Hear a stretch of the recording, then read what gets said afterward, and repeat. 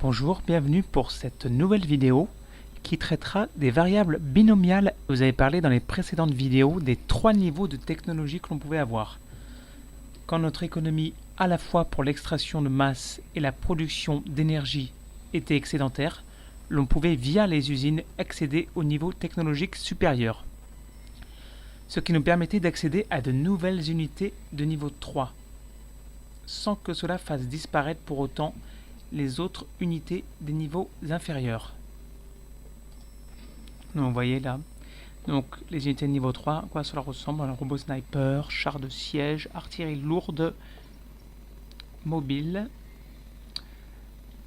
Donc les voici, les unités de niveau 3, on voit qu'elles sont un peu plus grosses, un peu plus puissantes que les autres unités.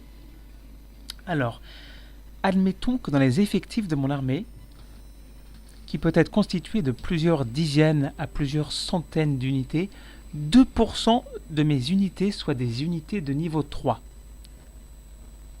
En termes de probabilité, cela donne probabilité égale 0,02. P égale 0,02. Le restant étant égal à 1, donc l'univers, l'ensemble c'est 1.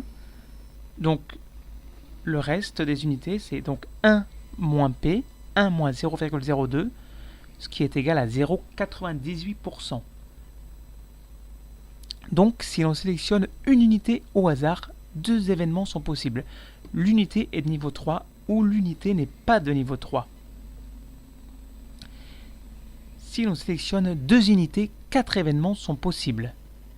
Les 2 unités sont toutes les deux de niveau 3, ou aucune unité n'est de niveau 3, ou bien la première est de niveau 3 et pas la deuxième, ou inversement, la première n'est pas de niveau 3 et la deuxième l'est.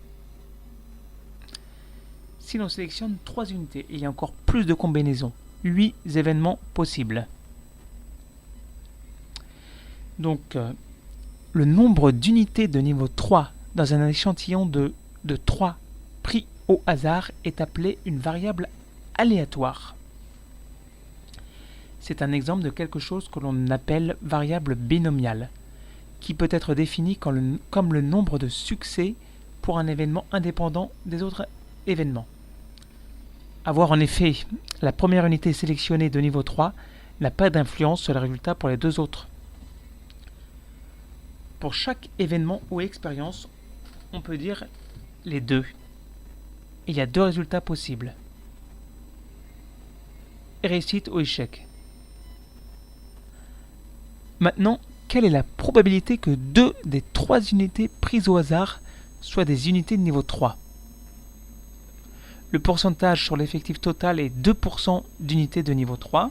Comme on l'a dit, 2% de nos unités, 2% de notre armée sont des unités de niveau 3.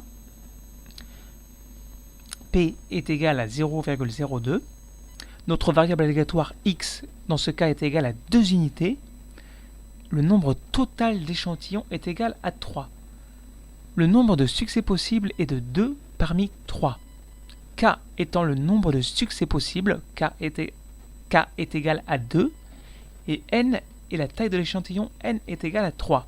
Dans ce cas, la probabilité d'avoir 2 unités pour une variable aléatoire x égale à 2, entrée en paramètre, est égale à la probabilité 0,02 puissance nombre de succès possibles multiplié par le reste des probabilités 1 moins 0,98 à la puissance taille de l'échantillon moins le nombre de succès. Ce qui donne cette formule. Maintenant, si l'on souhaite trouver toutes les combinaisons possibles de 2 parmi 3 unités, l'on peut appliquer la formule générale suivante. K succès parmi N et C, ce qui donne 3. Ça veut dire que dans un échantillon de 2 parmi 3, il y a 3 combinaisons possibles quand l'événement avoir 2 unités de niveau 3 se réalise.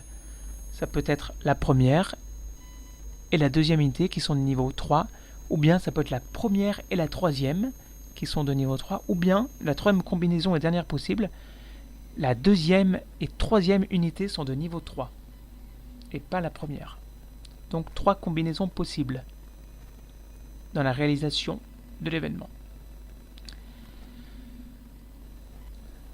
Cette formule binomiale générale, que voici, nous donne le nombre de combinaisons possibles dans un échantillon de k parmi n multiplié par la probabilité que l'événement arrive.